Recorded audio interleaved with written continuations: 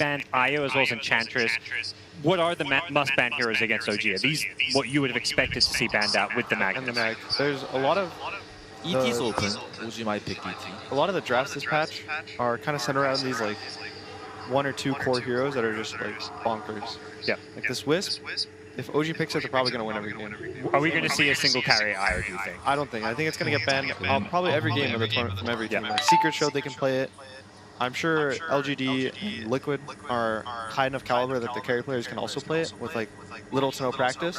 So I think that hero is probably going to get banned. Enchantress most likely will get banned by most teams against everyone, even Alchemist, you know, these Ogres, the Shadow Demons, these Lesh. There's so many of these like strong heroes. You have to take a trade where you give them a strong hero on first pick, but you get a second strong hero on second pick. I think Tiny might get picked here. Tiny has been the hero of the tournament in the past few days. The tree volley is just so powerful, coupled with some AoE disablers such as Void. And I'm surprised that OG... I mean, I'm not surprised it's the second ban phase, but alright, they're gonna pick TI9. They're sticking to their picks, you know. They're saying, yeah, Tiny looks like the meta hero, but this is what's worked for us. You see Nonton just laughing. He's so confident with those picks. We saw the other kind of more common opening was the Tiny Void. I think that Seeker was running. And they would first 2 Tiny Void. And then the other opening that most people do on second pick is Tide +1. So they both have kind of similarities. They have this like really tanky initiator in the form of Tiny or Tide. And then they have a little more team fight usually in the form of like this Void. Or I guess Lion, who gives you like follow-up stuns. Yeah. So Lion, I mean, when you talk about this hero, normally it's all about the disable and the burst damage to some extent. It's a really great laner too against ET, and I think that's what X-Nova was thinking. It's probably an X-Nova hero. Yeah, if he's running at you, you can just stun him, walk away. Yeah, and Hex naturally is really good in these late game scenarios when there's all these BKBs in place. Having an instant disable that can catch people before they get a chance to pop BKB.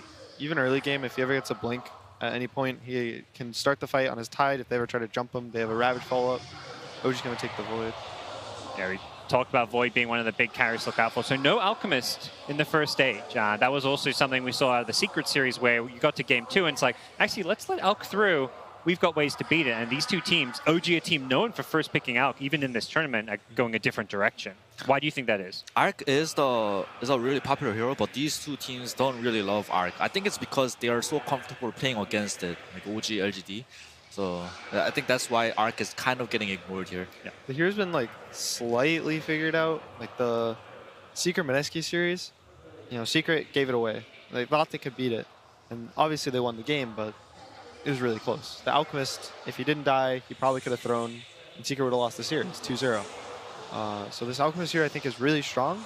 But like Febby said, I think they have a feel how to play around it. You know, OG is one of the classic Alchemist teams. They picked it, you know, at the Boston Major like 3 years ago. Yeah. That's when they started, you know, they would first pick this Alk, Anna would play it, he'd just go this Radiance, so it's kind of going back to his roots. He's like, they're very confident playing around it, so I wouldn't be surprised if they pick it still. Yeah. OG is like the best team at bringing the tempo to their side. They're like really good at creating chaos, so the other team plays at their tempo, and I think that's what Alchemist hates the most. And I think LGD, they are traditionally like a Ame carry team, which Ame has a lot of heroes that's good against Alchemist. Spectre, Slark, like those kind of heroes. So yeah. Does he have a lot of heroes good against the Void? He plays a lot of Void himself, so he should know what works well against it. Naga Siren, one of the best, already banned out. What kind of carry do you think of when you see Faceless Void in the pool? I was actually going to comment on that because it's uncommon that the Void is picked so early without the Tiny, but I think because of ET, it kind of makes up for the damage. And LGD loves Void. Like they will pick it in the second pick phase, so I think it was a deny pick from OG. Yep. Well, OG banned the Spectre and the Naga, which were, I think, the best two. They kind of provide a lot of team fight. They're both really tanky. Naga has this root to stop the Void. He also has illusions that can burn his mana. On the other side, Spectre is going to give vision. He's going to kind of make the team fight more chaotic, so these chronos are harder to hit. Well, Invoker banned as well, so banning some of those heroes that can synergize very well with the Chronosphere, and then they pick a save. So this looks like we're going to see Lion moved over to a 4 position. Yeah. FY has played it before as well, and Oracle gives them some way to keep anyone caught in that Chronosphere alive. Yeah, a save is a counter to Void from support position, and I think because the SD is not there available for position 4, so I think that's why they transitioned the Lion to position 4 and picked Oracle for the position 5 from LGD side. So right now, OG is going to kind of have to consider what they're going to pick if they want some chrono damage. I Yep. thought they were, the Tiny has been the most common of the tournament, but it's been banned out. The other one was Invoker. You have either, if you go Exhort, you can have Sunstrikes, you can have Cataclysm, Meteor. Even if you go, Wex, you can still have EMPs and Tornadoes and Lacrity or Void. So it some gets of the banned out. Thompson heroes that I can think of is Lina, Monkey King, Pugna, that we haven't seen a lot, but it is a pretty bad Pugna game against all those Disabers and Oracle. But I think the other two are pretty viable. I think the Monkey is a little scary. Your Jingu can get purged in the early game when you try to run around.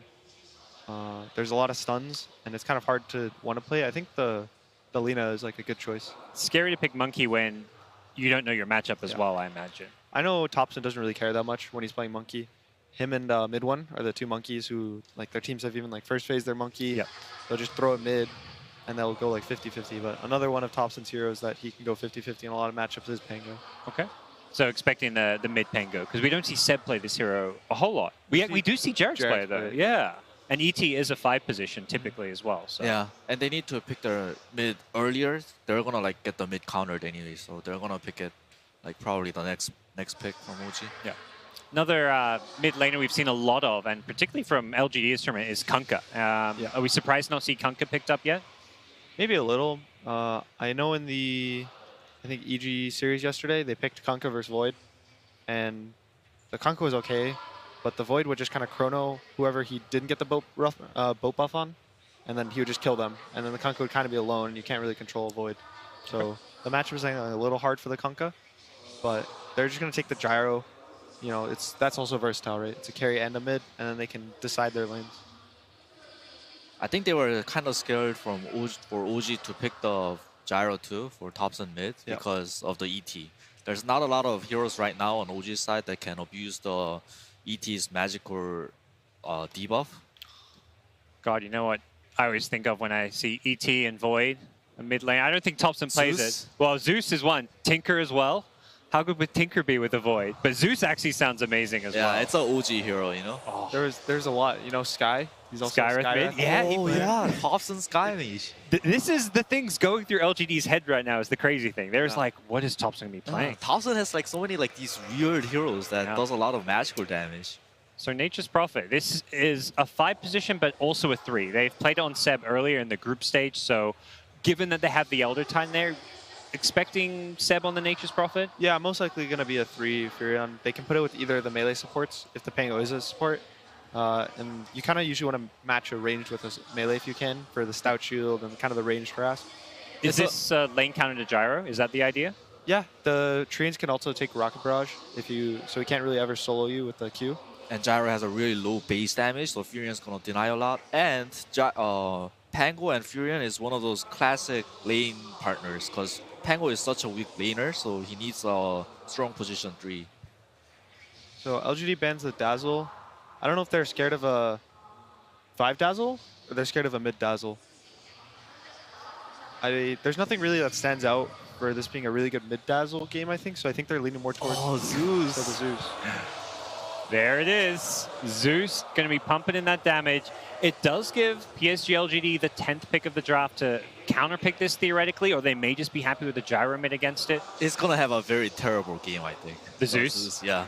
I mean, in the early mid, it's going to suffer so much. I mean, Gyro can run you down and go for kills. There's a lot of other mids you can pick that can bully a Zeus. But it's Thompson. He can come back. If you think about the kind of classicer lane counters to Zeus, is like TA was one of the best. That hero's been nerfed a lot. I don't think we've seen much play of it this tournament. People pick it here and there, and this is a fairly good TA game. Yeah, it is. I could see Kunkka as well. Yeah, I think it's a TA, Kunkka, and it's an Ember. Hero that can get on top of the Zeus. Do you like this as a lane matchup, Gunner? Yeah, the lane matchup's okay. It's actually kind of hard. He breaks through your flame guard really quickly.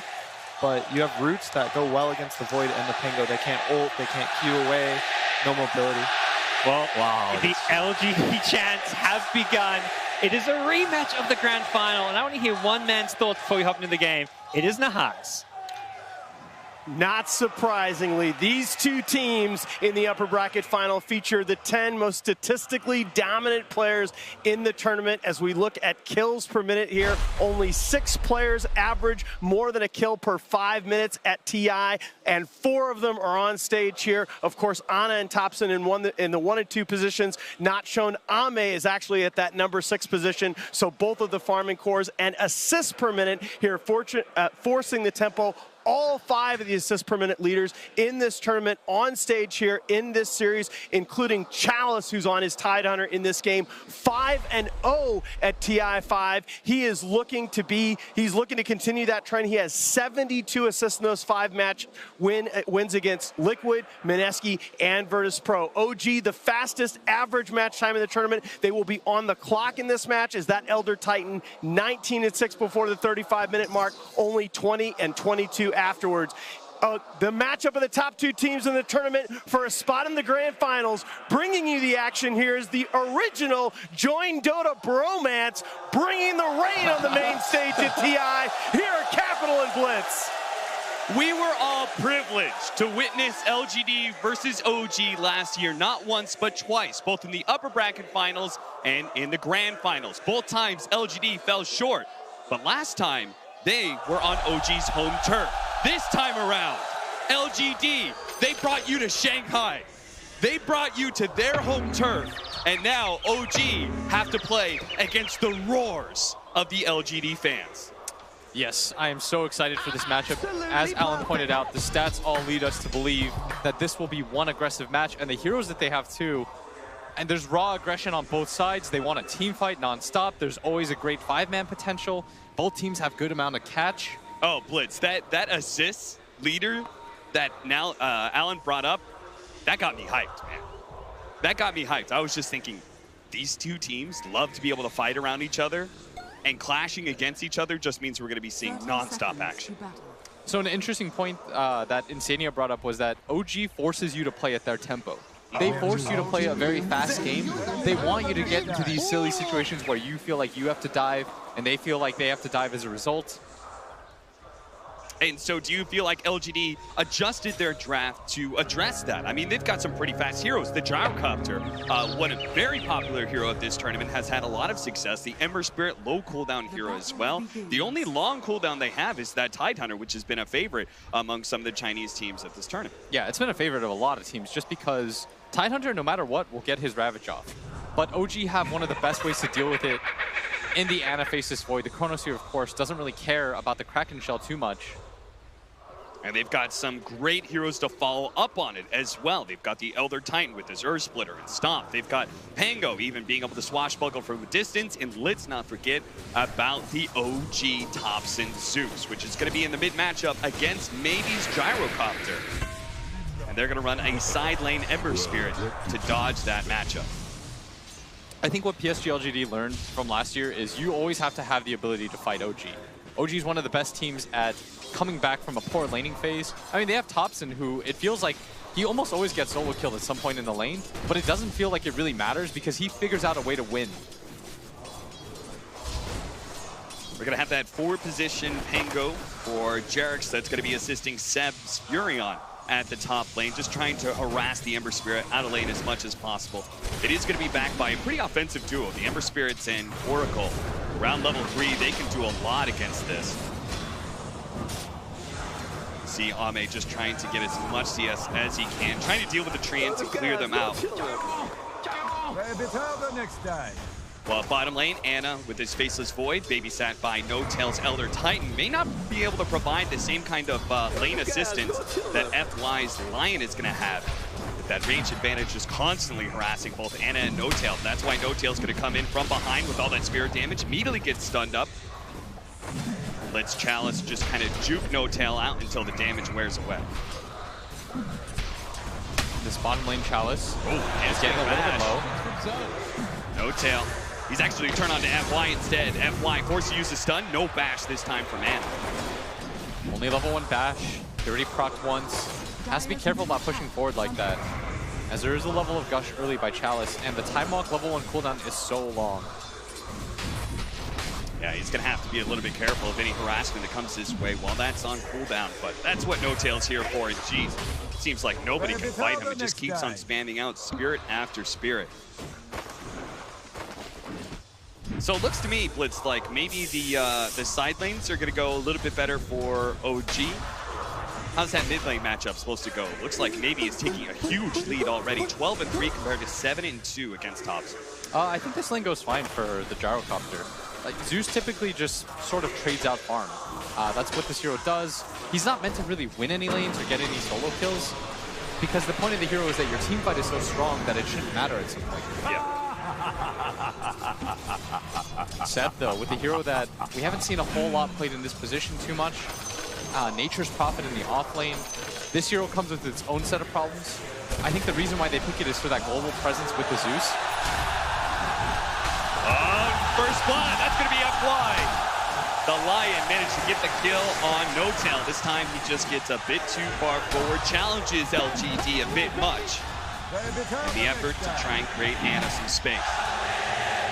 The chance for LGD has begun. And that's what I thought was the coolest thing, is the Chinese crowd, they have not been any slouches when it comes to cheering for OG. They like OG a lot. But when OG's introduction came out on stage, they were extremely quiet. They wanted OG to know, in this matchup, we're not favoring you at all. We are backing our boys, LGD.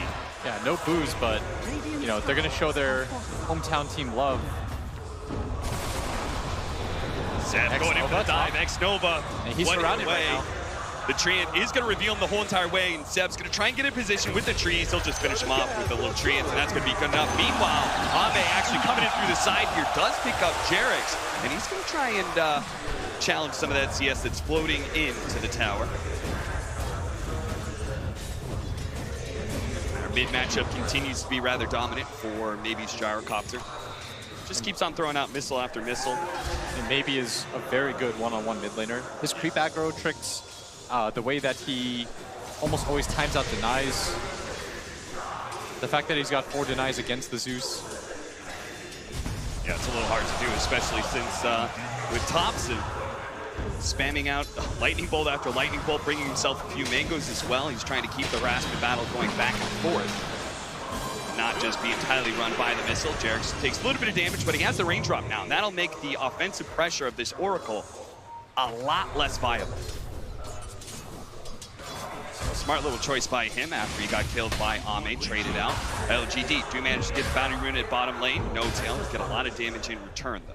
But it's currently Seb right now, leading the net worth chart on the side of both teams. Chalice not doing bad for himself either. Yeah. And both offlaners having a good start. I feel like it's very important for Nature's Prophet, especially in this meta, to have a good start. Just because you do have comeback mechanics, but you need to be ahead with this hero to fight, because he doesn't come with any sort of stun. His ulti is pretty good, but unreliable at team fights. So the important part about all of this is being able to be ahead and stay ahead in net worth. They're trying to sneak in a kill. They do have that very defensive mid lane ward that spotted out the rotation from FY's Lions. So they know he's somewhere behind Thompson. So Thompson's going to play really safe, especially whenever the missile is cast on him.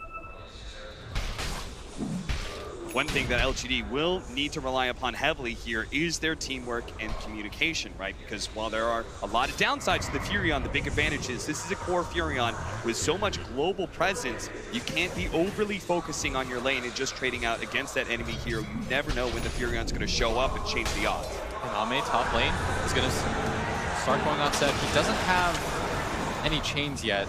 Wanted to see if he could find the angle, so Seb will be just fine. Has 2 different ways to get out of this situation. I think part of the reason why they take the MP2 though is they have an easy way to push out the lanes and start fights. Yeah. And on top of that, it just lanes well. We're certainly seeing that with Ame falling below Ana's Space's Void. Here comes CS mid lane. They're going to drop the bomb. Maybe with the help of FY will get the kill on mid lane OG tops. And they'll find that Observer ward that spotted out FY earlier. So really good read by him. He understood that his rotations were spotted. Finds a different angle to get it. Jerix now top lane. Jerix is going to be gone on his raindrop. It's gone, so he's going to be slowly burned down by Ame. The slide of fist will finish him off. And X-Nova, can he stay ahead of the Furion? He will. And now Seb does not have a teleport, so he knows he kind of has to battle Ame back here, but the ultimate comes out. That'll be enough to finish off X-Nova, and the Flame Guard will wear out for Ame as well. Seb will be fine. Still though, 4-2 to the favor of LGD. Part of something that we should talk about is the vision game between these two teams. Zeus and Nature's Prophet, of course, makes it so easy to win that vision battle. That's why... Jeez, Anchor Smasher, no. And as long as he can get those bashes, it's still going to be an incredible amount of damage. Thinking about chasing down Jerix, just places down the rim. Something we should note too is the presence of the two wards that LGD have decided to go for. This is, I think, a direct counter to Thompson and the type of rotations that he wants to make into the enemy jungle. We saw that so often in the series against EG, in fact, when he played the Tiny and he just found the TV over and over again. Yeah. This ward vision isn't really meant to protect mid so much as it is meant to protect the jungle and Ame's lane, in fact. Yeah. Because I feel like Thompson, more than any other core, invades that jungle area. So they want to make sure that they spot him coming the entire way through. And I've noticed before, like, Thompson, Zeus, he's very reliant on being able to pick up power runes and bounty runes as well. So yes, those sort of rotations are going to be spotted out by these observer wards, at least the top half. And just by process of elimination, X-Nova, he's still blocked in, trying to eat 2 different trees. That's still not good enough. Duck maybe is here. They're going to try and get the kill onto Jerix as they trade out X-Nova, run over by the Remnant. With the rotation coming out, OG isn't going to be too sad about it. They trade support for support, and it required maybe to make a rotation like that. Yeah, but maybe he's trying to protect his top lane area. He's focusing on that so much because he doesn't want his jungle to get invaded. Seb gonna get stunned up, ult immediately, and Seb has to be careful here, but maybe they don't have the damage. Down here, it's gonna be a little hard. The Hex goes out. They're just running out of damage now. If anything, Thompson might be able to get the kill, especially with Jerix. With the long-range flash, but barely getting away with the TP as well. Great read by Thompson. I would anticipate PSG.LGD to continue to send Gyro up to this top lane, protect this area, don't let this tower fall, especially against the Nature's Prophet. He plays like Beastmaster in the sense, mid lane Somnus getting a little bit low, but should be perfectly fine. He's got a lot of support behind him. The next step is going to be those 10-minute bounty runes. Chalice has already pushed out bottom, and we've got rotations from our supports to secure this lane. If they can get the pick off on the No-Tail, the captain of OG, then they might be able to actually finish off this tier 1 tower. Otherwise, it's going to be a slow push. X-Nova. They know that Thompson is here. They know they smoke. They've got to get out of here. Oh, he actually used the magic meter on himself, but there goes FY. X-Nova thought he was going to be the target. Now Jerix looks to be able to pick up the bounty rune in front of him and body block X-Nova as well. With the Orb of Venom, makes it very easy for Thompson to help get that kill. And now OG taking the kill score lead. Very surprised that they decided to make that play. He didn't see Thompson until the smoke broke, so that should have alerted him to the fact that there were more than one hero here. At least he should know that one support is behind him, but they still decided to take the fight. Maybe they thought with the addition of Ravage it would be enough. Chalice was in no position to back them up. It looks like we're going to see a continuation of Thompson's earlier build, which is just running for the really fast boots of travel with the Furion. They're going to try and abuse LGD and especially the slower pace of the Titan, right? Yeah, I will say though, OG, their ways to start and end with Chronosphere for the most part. Maybe Jerix can get some stuff done too, but a lot is on Ana in this game. Chronosphere, of course, so good at taking every single fight. Void, I feel like, has been one of the heroes of the tournament, especially coming from a position where he was so weak, and nowadays everyone seems to love him. I think he just works so well as a counter core. Every single core in the game feels so bad about playing against him. And look at this. This is the ward that I was talking about that you were trying to protect. Protect the jungle against OG. Don't let them get in here for free. That's why X-Nova is kind of positioned to be able to break smoke. Oh, he was there to break the smoke, and he might still get caught out. More, and now Jerix is going to try and take some of this CS. They're going to turn and try and kill Jerix, but there goes the Chronosphere. Oh, perfectly timed with the Earth Splitter. This is just a beauty of a team fight for OG, and picking this off on Ame as well. Rolling over, nails him and tops the finish him off with lightning as well. OG just perfectly execute that fight, and LGD fall apart. Oh, the timing of that was so rough for them. Yeah. X-Nova was there just to break that smoke. They have 2 wards to protect that area. Doesn't seem to matter as OG read that perfectly. And that's all set up by Jerks as well, who getting into that position off of Swashbuckle and being able to get that kind of ward down, spotting the stacks. I mean, this ward right here, they're going to place a similar ward either in this area or this area higher up. Yeah. They always want to invade your jungle, and by taking the mid tower and pressuring this top lane. That lightning bolt just stalled FY long enough for Seb to complete his TP. Once they lose this top tower, PSG.LGD is going to feel very hemmed in. You see that FY searching for it right now. They know there's vision up here. They eventually find it. But the damage has already been done. A team wipe like that, or at least close to it, leads into the mid tower being taken, and that just means rotations into your jungle are going to come harder and faster, especially at that safe lane tower. Well, you know it's eventually going to die. You try and protect it, but it's like playing against a centaur. I think you actually have to protect it in this game. Yeah. It doesn't feel good to do, but I think if PSG.LGD lose their safe lane tower too early, they're going to lose so much map control and map pressure in this game that Seb is going to have too good of a game. Which is why I wanted them to protect their jungle, and they were for the most part, but you slip for a second, and all of a sudden you lose control of your jungle, you lose 3 heroes, and you lose your mid tower. Okay, what about if you're losing your mid tower? What about you try and take the enemy safe lane tower and open up their jungle? Is that going to be equally effective? I'm okay with that play. It just feels rough because one side has a Tidehunter and one side has the Nature's Prophet. If you're going to make this play down towards bottom, I think then you have to go towards mid with your Ravage. That's the only way that you can keep up with the tempo of OG. Look at Ahmed, he just can't stop it. The Treants, as well as Anna, will be able to finish up that safe lane tower. They just couldn't do enough to be able to stall that. So they'll trade out tier 1 towers. As a result, OG holding a 2K gold lead to Thompson, just doing a little bit of scouting there. I think he was maybe a bit afraid of some sort of smoke rotation or something. But X-Nova, he's been spotted here big time, does manage to at least kill a ward, but he is certainly dead. They'll give that last hit to Seb as well. There's already an Orchid on Seb, 14 minutes in. This guy's got an Orchid. It's pretty insane. I would have expected the old Solar Crest build from him. I think it's because his lane was going so well. Yeah. And he's going to hard counter up the Ember Spirit as a result. Yeah, Ame's going to be super unhappy with this timing, that's for sure. FY in trouble, gets hit by the Rolling Thunder, bounce back by Jarek, Swashbuckle to finish him off, nice and easy, but at the same time, No-Tail's going to be chased down. They are going to be able to get the Orchid out onto the Gyrocopter. Drums goes out, they want to make sure that everyone's safe here. X-Nova is always there with the Dispel as well. And look at that, as soon as Ame sees the Orchid, he immediately pivots to the BKB. Yeah. Feel like he needs some sort of DPS item first. Maybe even a Maelstrom into the BKB. I feel like this BKB is a little bit of a bait. It's so hard too, right? It's like he could try and depend on X-Nova, but X-Nova doesn't really want to play around him all the time, right? He wants to play around the gyro. Yeah. Completely right. But at the same time, if you don't go this, if you do go the BKB, hold up, bottom lane, Jarek's going to be chain stunned here. He will have an opportunity to, oh, no, he won't. He'll just die a little bit too fast, thanks to the Finger of Death. I really feel like PSG.LGD, they want to utilize this Ravage.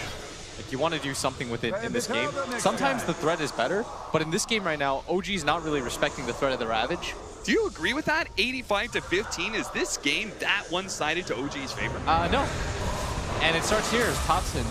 They're going to be able to play Thompson here with a pipe as well. They're made super tanky. But a kill streak on him as well. That's going to mean a lot for PSG.LGD and the 2 heroes that collect that experience and that bounty. But bottom lane, OG is beginning to round some of these heroes. Anna looking to chase him down. FY turns around for the Hex, but that's just enough. Oh, stun doesn't hit. Even though the Hex is there, there's no damage, there's no stunts. Now Ame, who's just mid lane, is now bottom, looking for an opening. He's invis right now. They're all teaming away inside the trees. Can they find anybody who's going to go for the blind slight fist? They're pinging right now on the ground. Anna.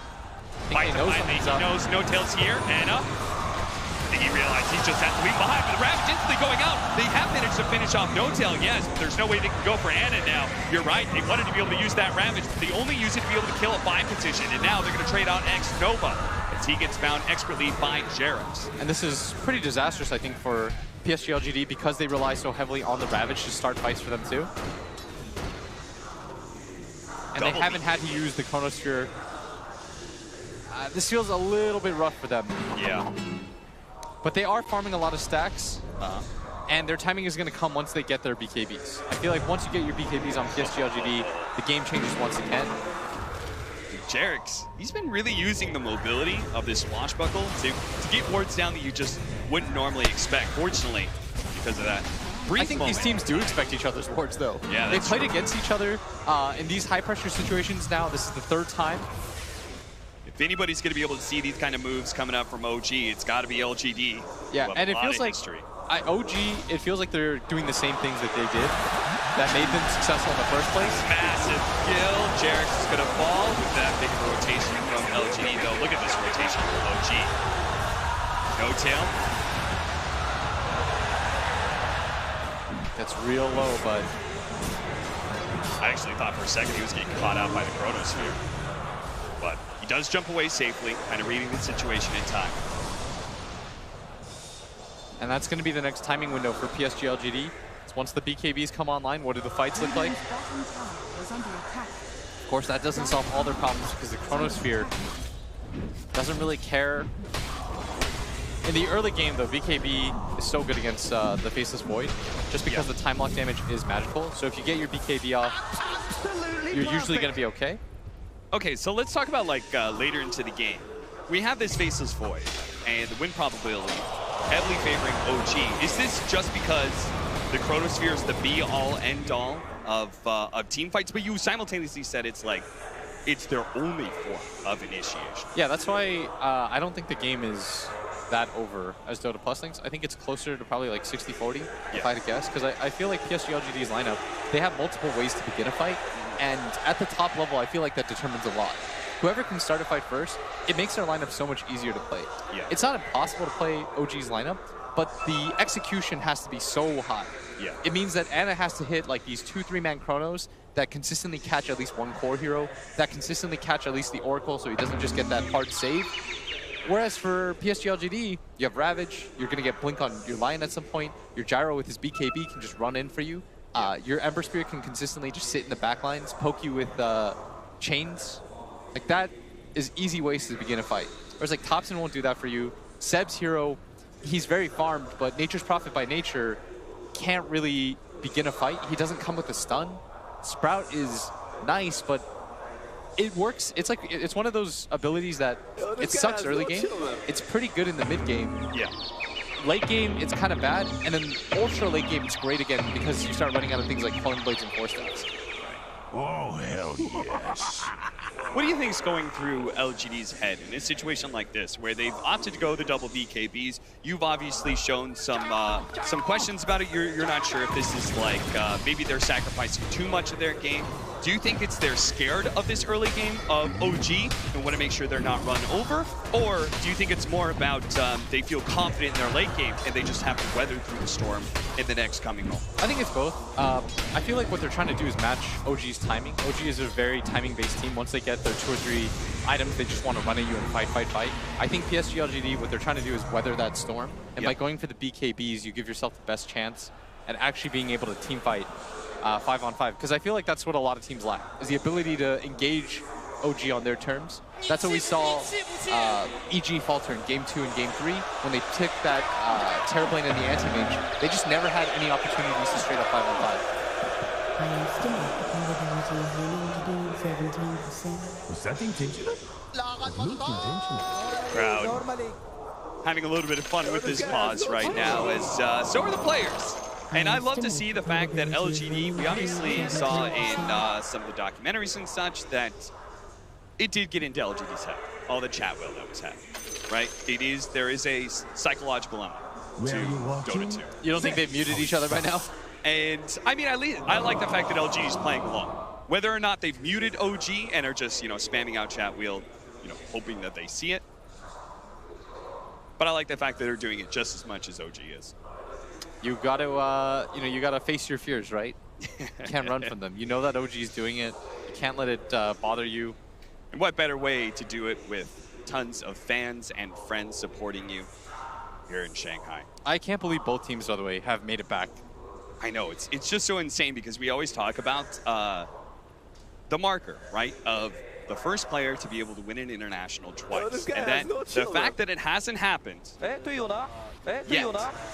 years of internationals, now on our 9th, the fact that it hasn't happened yet goes to show how hard it is to maintain that dominance in the Dota 2 field. That the competition level is so high that you just cannot be the best for very long. I think it's because of the meta switches. Yeah. It's that, and it's the motivation. Once you've won TI, you've won it all. And once you've gotten second, I feel like we had that second place curse for a while, right? Where we saw DC, C-Deck, this team that just kind of falls off a cliff.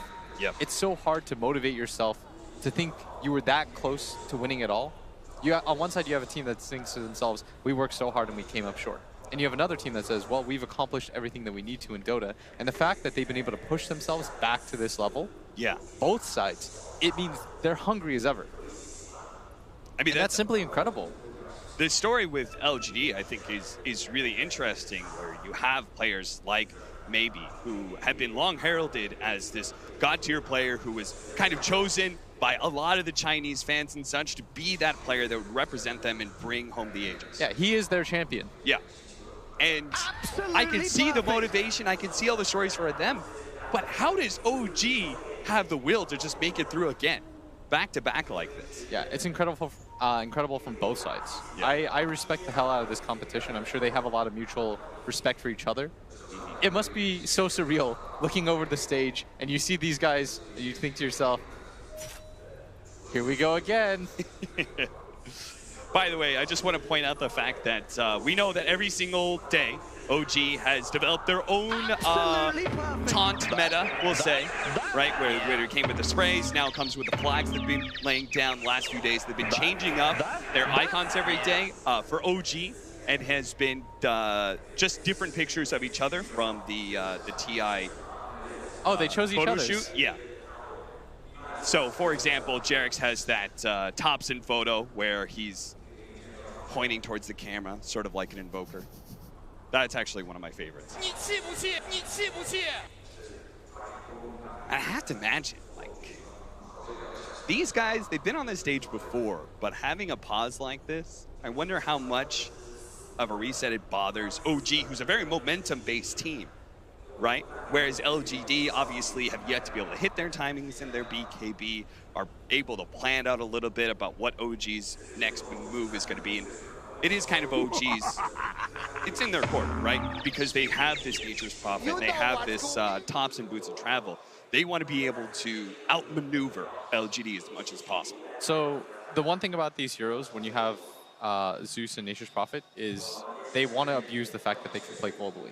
What you want to do is push in the lanes, force one hero from PSG.LGD to come back, deal with the lanes, and as soon as that happens, you find yourself in a 4v5 situation. I think in a pure 5-on-5, it's actually really hard for OG to win team fights, unless you get like some sick chrono off. But as a whole, I think if you run it back a few times, PSG.LGD comes out on top, which is why I think they took the Ember, because you have a hero that because I was thinking about it, why did they take Ember over here like Storm, for example? Yeah. And I think the reason why they took it is this is another hero. He didn't go Boots of Travel, but he does have the ability to simply keep a Remnant near his teammates, TP back, deal with the lane, then come back in. And that's why he has to go for the BKB, because at some point, OG's going to read that trap. Yeah. And they're going to say, we can just bring in our Orchid Nature's Prophet plus one hero. He's going to die every single time. Yeah. So you have to get that BKB. It's not just for the team fight. It's so that you can safely push out the side lanes. It's such a cool meta that's developed in this regard. Like, that's why the draft matters so much. Like, you need some way to deal with OG's ability to just deal with the waves at all times. You don't want the waves in your face. That's how OG sets up fights. So just like we were talking about how LGD is going to identify OG's win condition in Anna's Faceless Void, how they're actually going to be able to start fights. The same's going to be happening with LGD, identifying how OG wants to move around the map and how they're going to try and counter that. Yeah, I've watched their games. Like, I don't watch a lot of replays. I like to watch the games live, but these games I study like 40 times. The finals and their upper bracket finals. Yeah. Because I found it so interesting, like the mini meta that has developed between these two teams. Like why they pick the heroes that they pick. Because they've definitely developed like an internal meta anyways. They've extended their best of like 14 across 2 different tournaments now. Battle Rune's going to be split, but Ame will have the advantage of finding a double damage rune. See whether or not LGD wants to try and take a fight against OG now that they have their double BKBs, one for Gyro, one for the Ember Spirit. Tops, meanwhile, he's got Yule Scepter plus Boots of Travel. Anna has his Hand of Midas, and he's going to be working on a fast Diffusal Blade, so he's not as reliant on bashes or Chronosphere to be able to lock people down and get his damage in. After Seb finished up that Orchid, he's got a BKB on its way. So very fast timing for him. And you notice that OG, for once, they're not just looking for the straight-up 5-man. They'll just continue to poke and prod, see where the weakness is for PSG.LGD, and as soon as they aren't together as 5. And you notice right here, Ame, he's playing away from his team. This is the correct move. Yep. Always play away from your team because you have the ability to gap close and come in to help them out. Gonna get gone on at bottom for the time being. Silenced up, but he's ready to try and finish off Seb. You use the BKB as soon as he thinks he's got Seb dead, and Seb's gonna try and go for the TP, but it's not good enough. And that was 1,000 gold for Ame. Holy crap!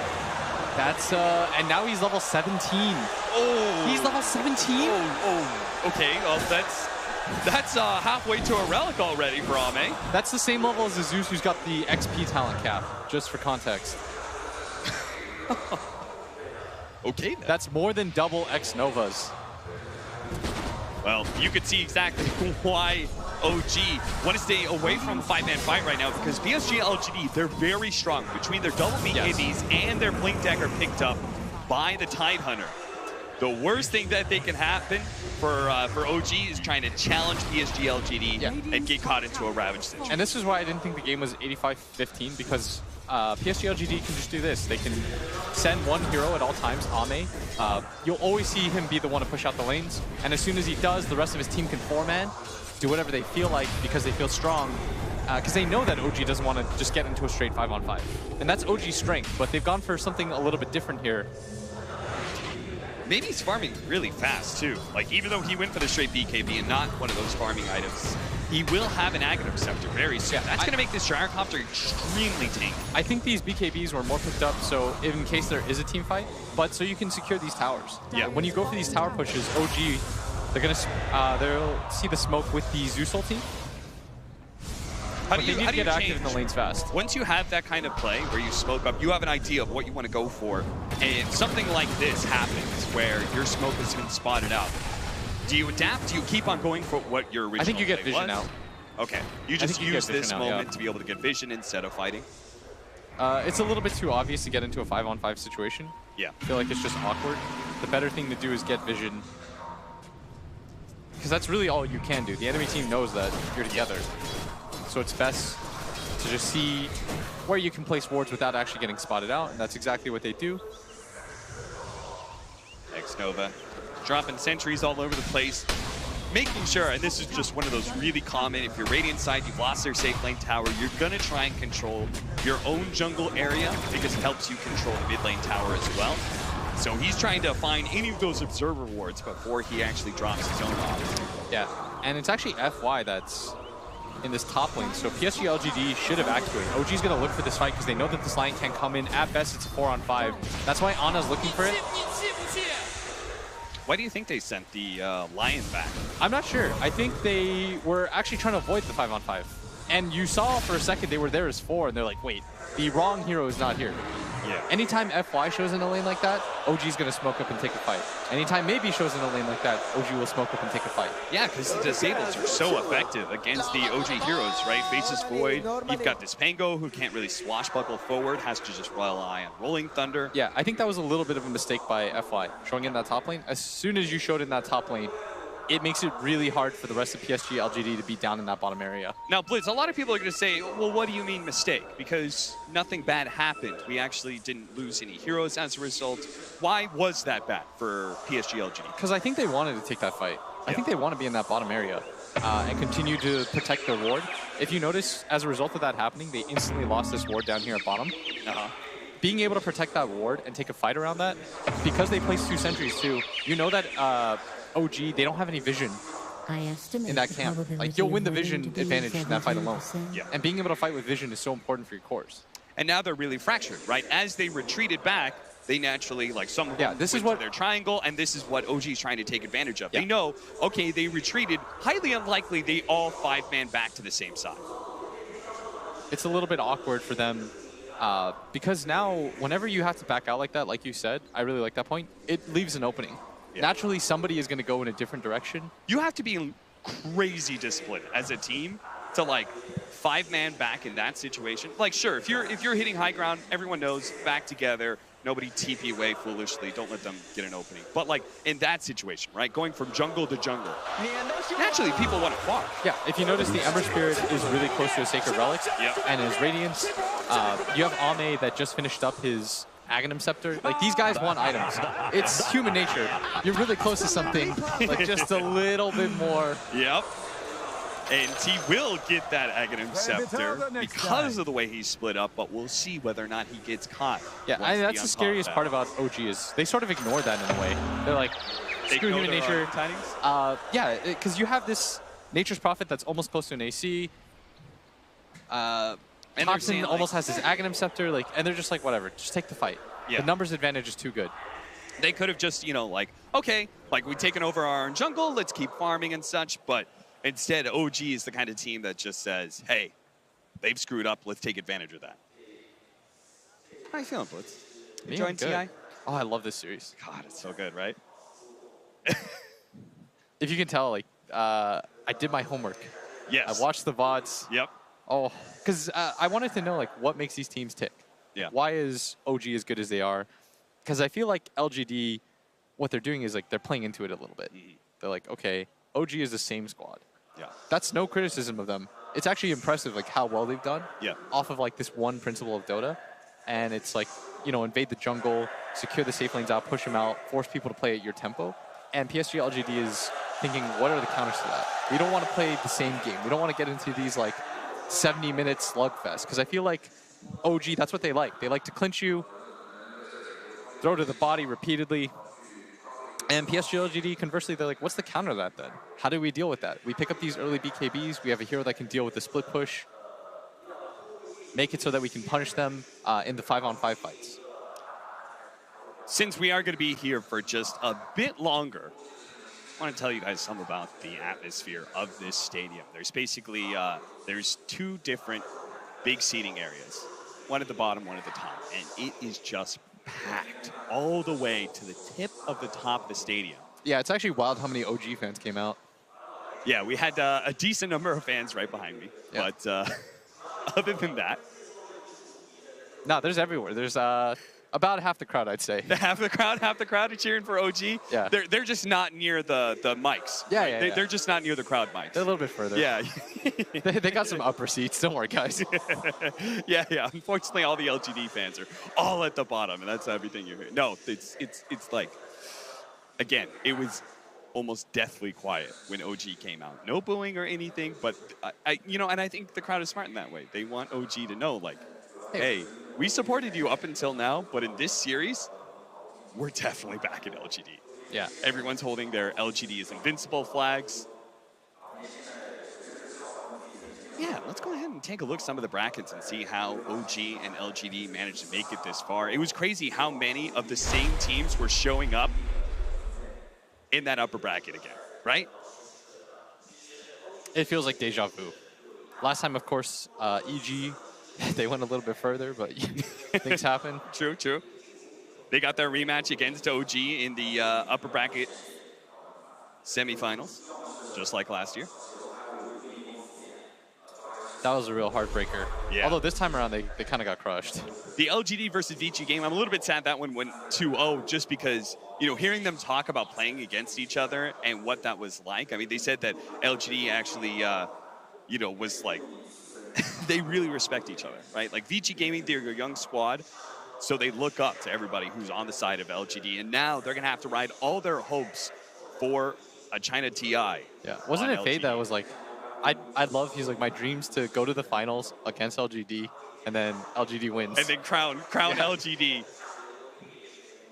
Very cute. And LGD, I'm sure, is feeling a lot of that pressure of being the last remaining home team. There's a lot of little stuff in that interview. So I think it was also Fade who said, like, 22 years old or something. He's like, I've been a fan of F1 for 22 years. Like, and I think that's something about Dota in China, right? Is that there is just a bigger legacy to be had, right? Yeah, dating back to the Dota 1 days. Now that DDC, as you know, my personal favorite player in the world, now that DDC's out, I think I might switch sides to the Chalice train.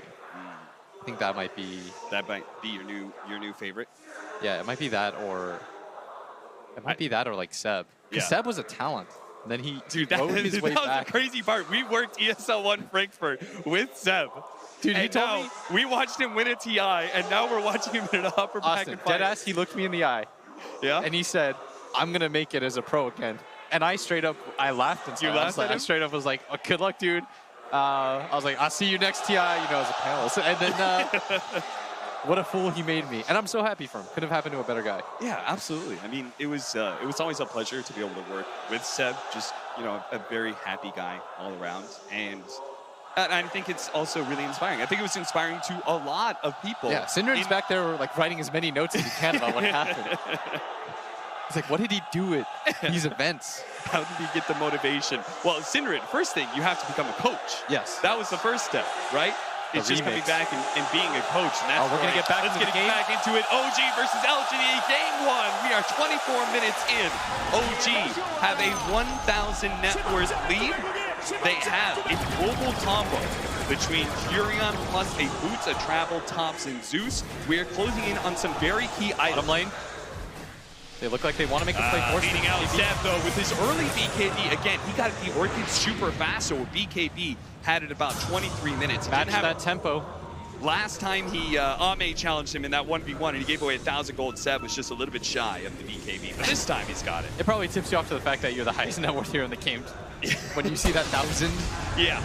It's one of those things, you don't really know that information until perhaps it's a bit too late. Batting roots on the ground. PSG.LGD scrambling to grab everything on the bottom lane. OG did not get the chance to be able to punish maybe in his positioning, so he does pick up the Aghanim Scepter.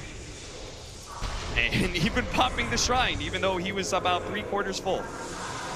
Just gonna top things off, get some fresh fuel for the fight to come. I love when people hold on to bounty runes, by the way. Let it percolate. Why though? It doesn't do anything. Once you put it into your bottle, it's based off the time you picked it up. I know, but it's cool. It's cool? It's like you've got a gold explosion. Guys, I don't have buyback. Someone use your bottle bounty rune. Well, as soon as he hits like 1,200 gold, he's gonna pop it. Okay. It's gonna be that surprise, haha. All right, they're gonna go for. I'd like to see him Remnant back, TP, help his team. Yep. Deal with that top lane push. Yeah. It is a big push. This is your job right now, as Ame. Letting anybody else do this job, no. It's purely for him. Stay down here as 4 on the side of PSG.LGD. Stick around, let him get his Radiance. Anna's kind of sticking around, right? He may try and go for the Chronosphere onto Ame. Yeah, they're going to TP in with the Nature Prophet. He goes straight up the Chronosphere. The TP coming in for the Furion just outside of me. Doom he walks in, but the BKB activated. He jumps away. This is why Ame picked up the fast BKB, and sadly Seb was just on the outside of being able to hit some auto attack. It's not for the team fight. It's for when you go for these split pushes that you need to be afraid. And Seb, if he TPs on the other side, they definitely get that kill. Yeah. And he was stuck in a situation where he was already TPing basically at the same time the Chronosphere was down, so he was like, I shouldn't really cancel this and replace it. That was such a sick trap. By getting punished for that now, losing the bottom tier 2 tower, you can put even pressure. And this is the worst thing as a Nature's Prophet. Once you lose your tier 2 towers, the potential for trading racks is always available to them. And because you have this Ember Spirit, it's even harder to just go for a 1-for-1 racks trade. Right. So if PSG.LGD feels stronger, they'll just go for it. And they should be picking up the pace right about now, right? They just got their Radiance. They know there's no Chrono. Yeah, you go for it right now. There's no better time to go for it, and that's why they're just trying to, they're not going for the kill at all, but they're just trying to push Chalice back, make him so he's low enough he doesn't feel comfortable leading an engagement. They push out mid, which is going to make this smoke a little bit more obvious. They use the Orchid onto Ame. He's obviously fine. He will hold on to his BKB charge as well. PSG.LGD, they're going to be spotted at Thunder God's Wrath, just as we were talking about that mid lane push. Pushing Chalice back, pushing the wave in, makes that obvious. they read exactly where PSG.LGD is, but LGD still going to go for it. His challenge going to wrap around with FY behind the tier 1 tower. They're going to jump for it. Catching no tail. The Rolling Thunder is out from Jerix already. He's going to hit FY as well as the Thunder Guns wraps and stuff. And they're going to be able to bring down one support at least. Chalice left in an awkward position here, but maybe focusing on that objective. And OG a little bit skittish about taking the fight. You've got 15 seconds left in the Chronosphere, and that's why Ame immediately going to jump into this high ground, hoping to be able to help Xnova out. He's going to use Shield, but there goes the Ravage, but it doesn't actually catch Elena. They only manage to finish up Jerix. They're going to jump over the shrine where Thompson is sitting all by himself. No, the buyback coming in. Jerix, he's going to try and help out more Thompson here. Use Scepter onto himself. The Jar Club's trying to stay away from Anna and all that physical damage. The Chrono's back. It just came out. The Rocket Rock is enough to finish up Anna, and Anna will finish off the Gyro in turn. Ame, he does have a lot of damage though with that Radiance. Can they chase down Ana? Seb is still strong. Chains, he's instead going to go for the 2 supports here. He's got Seb as well as Jerix. He will not try and chase down the carry of Anna, but he will get 2 kills for the team. And that was the buyback from Jerix. Fantastic fight from PSG.LGD. That all comes down to Xnova's positioning. They all leaned on him while they were killing the cores of the backline of OG. And once you get on top of the Zeus, the team fight feels completely over.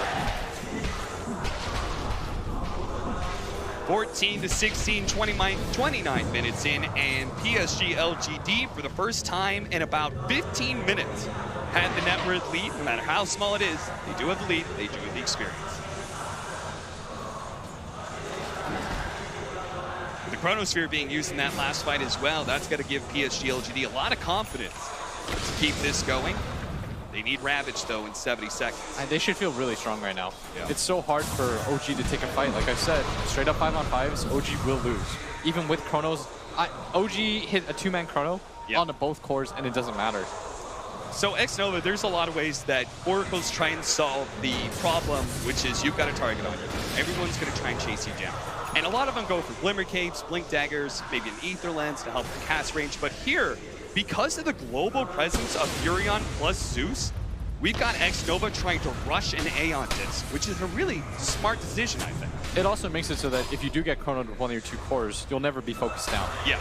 It just wastes more and more time from Ana. And I think for PSG.LGD, the longer the fight lasts, because you have a core that can consistently catch up to the enemy team and comes with his own stun, you're going to be stronger. Which is wild to think about, considering Zeus is one of the best. Yeah, that is one thing. The only thing that really can stop that longer team fight going in the favor of LGD has got to be Thompson. And that's why they've been trying to focus him down so much. He needs a Blink Dagger. 20. That's what he's going for, is that Blink Dagger. Again, the Orchid, but again, Ame doesn't care. In fact, he almost has an Agar Scepter already. He needs to outplay them right now, Thompson. Yeah. Get the Blink Dagger. Figure out your positioning in team fights to be able to get in and out. It's going to be so hard against the Aghanim Scepter, Ember Spirit. I've heard a lot of Ember Spirit players, CCNC in particular, I think, Gunner as well agreed with this. The Aghanims is a bit of a trap. But in this game, right, it is meant for it. Trying to get on top of the Zeus is like Ame's biggest objective in every single fight, and Aghanim Scepter will do a lot for them. Didn't they say it was a trap when you get it before you hit level 25? Yeah, I think that was also another part of it, which Ame is closing in on 25. Yeah, once you get your 25 plus the Aghanim Scepter, I think it's real good. Yeah. He's already got so many damage items as well. Hasn't opted for anything that's going to proc off a Sleight of Fist just yet. But I would have really liked for, in this game in particular, for him to have gone for the Boots of Travel. Yeah. It makes this playstyle that he's opting for a little bit stronger. Yeah. I'm a little bit surprised he didn't go for the Maelstrom as well, considering how, you know, the Furion with so many trants. Radiance works? Radiance works just as well, I guess, and maybe stronger in these team fights for him. The Blink Dagger's almost here for Thompson. What else do we have? Jerix is trying to get a Glimmer Cape, I think specifically to help out Thompson, because they know how important his positioning is in these fights. Seb has his AC. And Anna, the BKB as well as a Manta. 9-second BKB left for him. I sort of feel like OG, they sort of have to go for a smoke, pick off a core, and immediately try to Roshan. And use that Roshan to get even more map control. Grab this tier 2 tower at bottom, then diverge onto this mid lane. Because you are going to feel like really good once you have that Satanic on yes. right? So I think they really need to make that play on the side of OG. Go for some sort of 5-man, try to get the cores. If you can find the Ember Spirit doing this playstyle, that would be ideal. The problem is, normally you get one moment where you can trick somebody and they forget about how they can die. and that was a top lane. But maybe they can do it again. Ame, if he's going to stick around for the next creep wave, he could just die here. 2,500 HP. Can he actually live through with all this? They're going to be able to help out with the Nimbus as well as Jorgen. Oh, with the Manta, man. Anna just cleaned him up so quick. Go Roche. Go Roche. Go Roche. Is this the opportunity for OG that they needed to claim the Aegis? You at least have an opportunity to, if he did have buyback, you could maybe force a buyback, but as soon as they know that they're roaching and they can't buyback, they know the Ember's out of the fight. Yeah. They didn't go for a smoke, but it's the same idea. Get a core pick off, go into Roshan. You have to use this Aegis. And how much of this is a feint from Chalice? Is he just threatening, hey, Ember Spear could buy back, you got to get out of this pit? Or does he actually think they can win a 5 versus 4? I don't think they can win a 5 versus 4, but they're trying to stall it up as long as they can. But once they see FY at top lane, they're going to just walk back into the Roshan pit. Yeah. They know this isn't a real fight. This is sort of just buying a little bit of time. OG are doing a really good job of making the most of this, right? With the push onto top lane, getting tier 3, the tier 1 at bottom, actually does fall, Chalice. Yeah, what they're trying to do is buy time with Ember Spirit. There's about still a 25-second window. Seb is now here with his AC. All right, if OG was going to commit, they have to do it now. At 20 seconds. Nice defense by PSG.LGD. Yeah, that was so smart of Chalice. Chalice just walks in. He knows there's no chrono. He can't die. He's got a pipe and a Solar Crest and Vlad's. But I do think the idea behind what OG was going for is the right play. Yeah. And hey, if that play happens again, then next thing you know, you've taken the tier 2 at bottom. Oh, they're going for now. PSG.LGD, they said, you didn't want to fight us? 4 versus 5? Well, guess what? Now the Ember Spirit's alive. And we don't think you're going to fight us for this. They got to wait out chrono, too. 10 seconds left, so it is going to be up. PSG.LGD, because they've got this this Satanic, I think they feel a little bit too overconfident. They've got to be careful. If this Faceless Void engages, I was looking for the angle right now. He sees 2 cores for the time being, but both teams just playing around this area, both loath to just give it up. Roshan is getting so low, bit by bit, that eventually someone's going to fully commit to it. They are going to be able to get the pick off. That's going to start with FY. Now the Orchid onto the Tidehunter, prevent any sort of ravage, as OG did get a little bit too close to that watermelon. Look at this Ana, making his way up.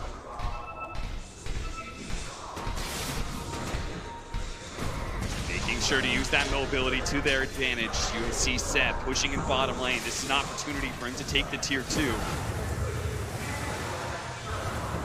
With no boots of travel, Ame has a tough time being able to deal with this. He's going to run to bottom lane, but the damage, a significant amount, will have already been done with the double Sea Dragon push. Seb likely to take this tower. At least the Sea Dragons, they'll get him denied. Solar Crest. They finish off the Nimbus. That's another 100 gold.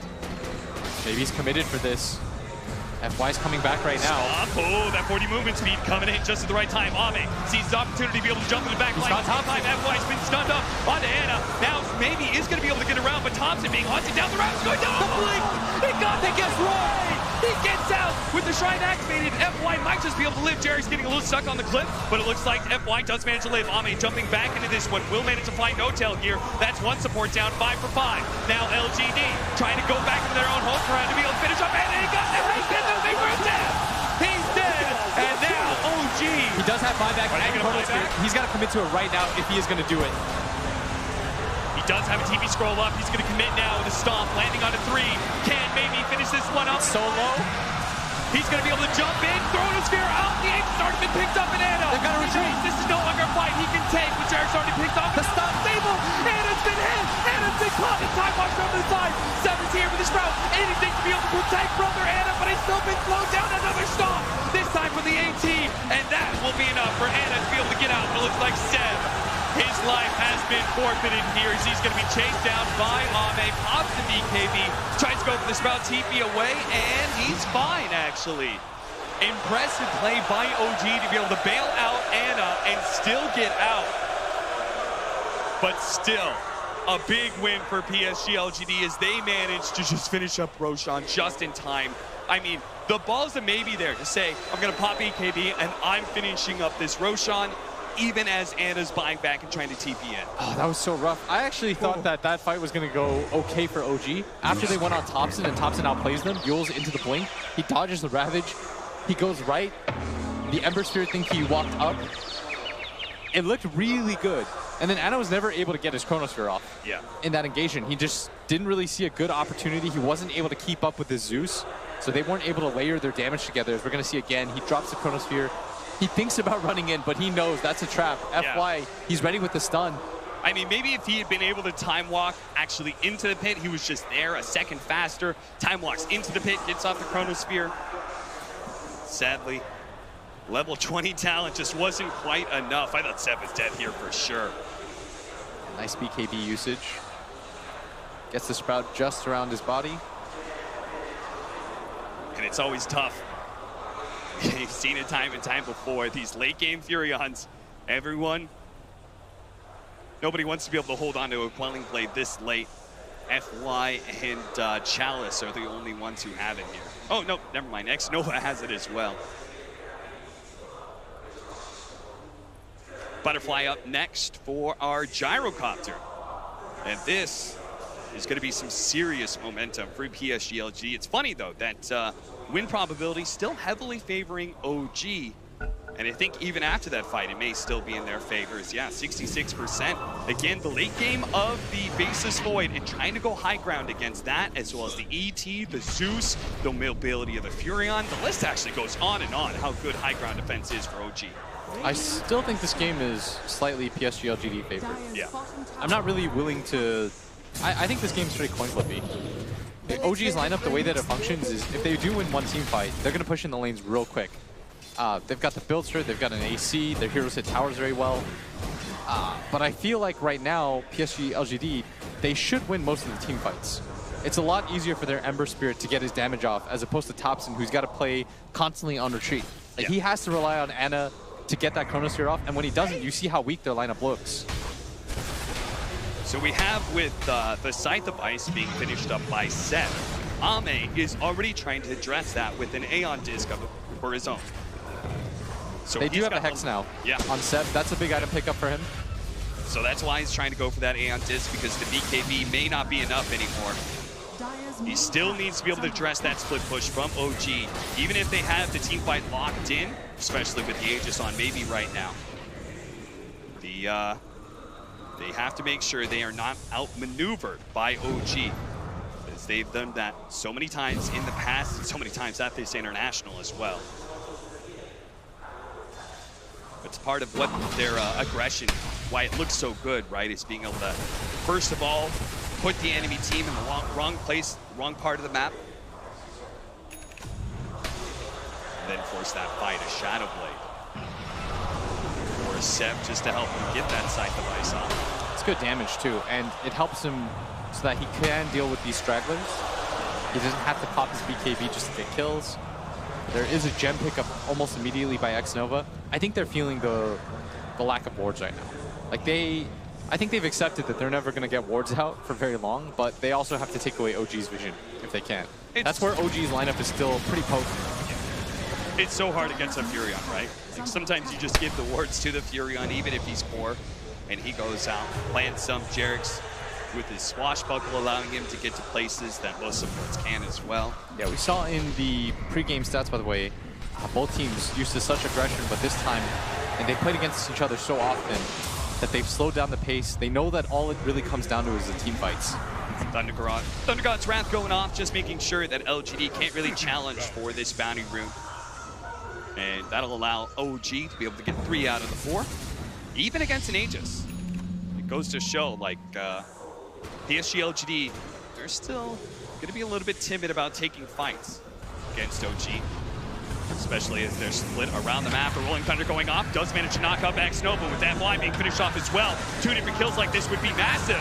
They do have Ame coming in, but immediately the BKB from Seb, they know 2 pickoffs on the supports as long as nobody dies here. They're going to do a long jump in from the Aghanim Scepter Spirit to be able to chase down No-Tail, but No-Tail managed to get off the stomp onto Ame. Ame finishes him off with a double damage, especially with Chalice and Maybe joining him in the mid lane.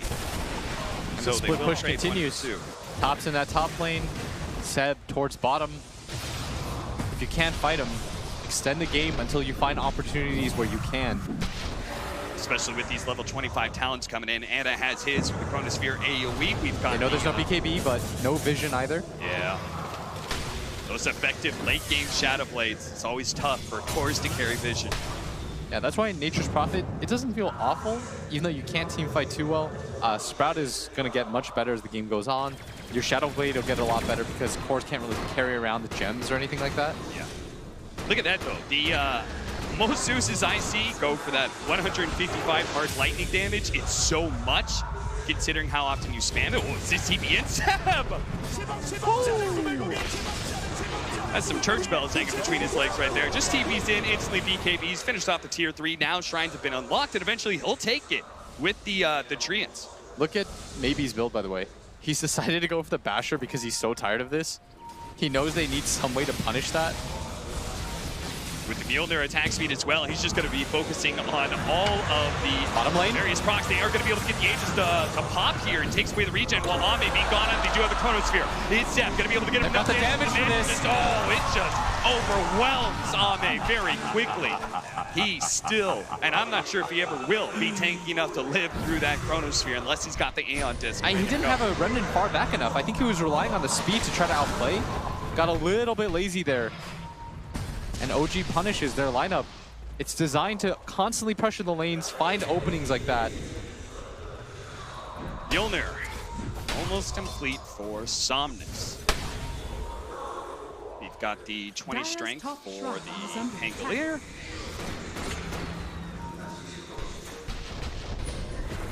Popping the link, it's managed to get the Hags follow up, and they're just going to try and jump out as quickly as possible. They do have him dead.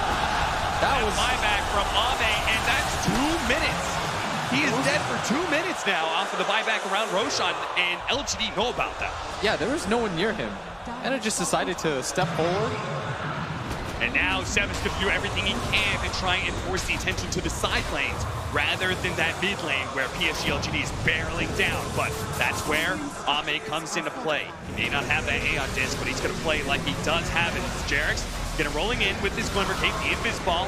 Not really doing a whole lot, especially since they have the vision down. They're going to do a decent amount of something. But now Thompson with the flick initiation from that one. Ear Splitter going to come a little bit too late. No damage being dealt. And Somnus can now turn all his attention into the tier 3s. 80 seconds left for Anna's revival here. And PSG.LGD, they're going to have to poke him down to make sure they don't get caught by the Rabbits. He's going to be hit on 3. They're going to chase down Jack to the back line. It's already finished off 7. The back that is going to be good enough. And Anna, he will pay big time for his death in mid lane as his team scrambles time and time again to be able to push down PSG.LGD. They save the racks here, it looks like. Left. The initiation? Side of OG, they're going to be able to find the initiation once again on to Thompson. They have no save mechanism. Now he's dead for 2 minutes. And PSG.LGD, what's the point of being fair? Just hit the tier 4s and go throw. 40 seconds still for this faceless void. Anna says to his team, my bad. And it was indeed his bad. It's that one little mistake from him may have just cost them the game. Seth trying to draw some attention away from the tier 4s, away from the throw, but Jarek's can do little to stop his death. No Tails now here, 15 seconds, but the throw being just poked away by Somnus. He's doing so much damage, 2,000 HP, 10 seconds left in the void, 1,500, that's it, game 1 is all PSG.LGD. Such a tense game, and that one lapsing judgment. Yep. This is what is going to determine the victory between these two teams who are so evenly matched for 40 minutes. One slip up in Roche, one slip up in the mid lane, and PSG.LGD will take game 1. You can totally tell that they've done their homework. This has been a great start to this series. I hope we go for the full series just like we've had in every single TI pass between LGD and OG.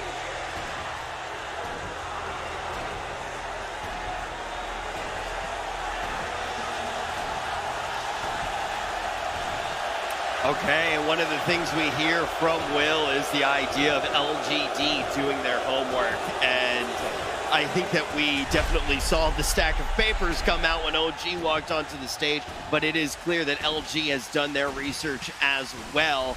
I want to go to an idea, though, that you guys talked about very early on when we talked about what this game may look like, and that was buyback. Was that really the key factor here? Would we see something completely different, Grant? It was a little bit different. I mean, Anna kind of died back. We had that one big fight near Roche where 3PO bought back, but that game was a lot different than I expected, and it felt like both teams were just okay sitting back farming. And honestly, I was thinking maybe OG has the better late game, you know, with this Nature's Prophet as well as a Void, but one wasted chrono and they just kind of lost the game. Yeah, I got to that point where Seb started some of that split pushing, right? He got the top tier 3, suddenly you're opening up shrines, and that's where things you're like, okay, this is OG. Things are rolling for them, but it was a very skirmishy game. It wasn't these massive 5v5s. At the Roche fight, I thought Anna's going to buy back way earlier and go in. It kind of costed them the advantage that they had at the point. And we see these kills that they earn 1,000 gold. This is also very game-changing. Yeah, 22 minutes, 1,000 gold to the Ember, and then I think at like 30 minutes, 1,000 gold to the Faceless Void. The factor of the comeback is absolutely ridiculous sometimes. So you talk about the idea of when we look at this game, it's a very skirmish game.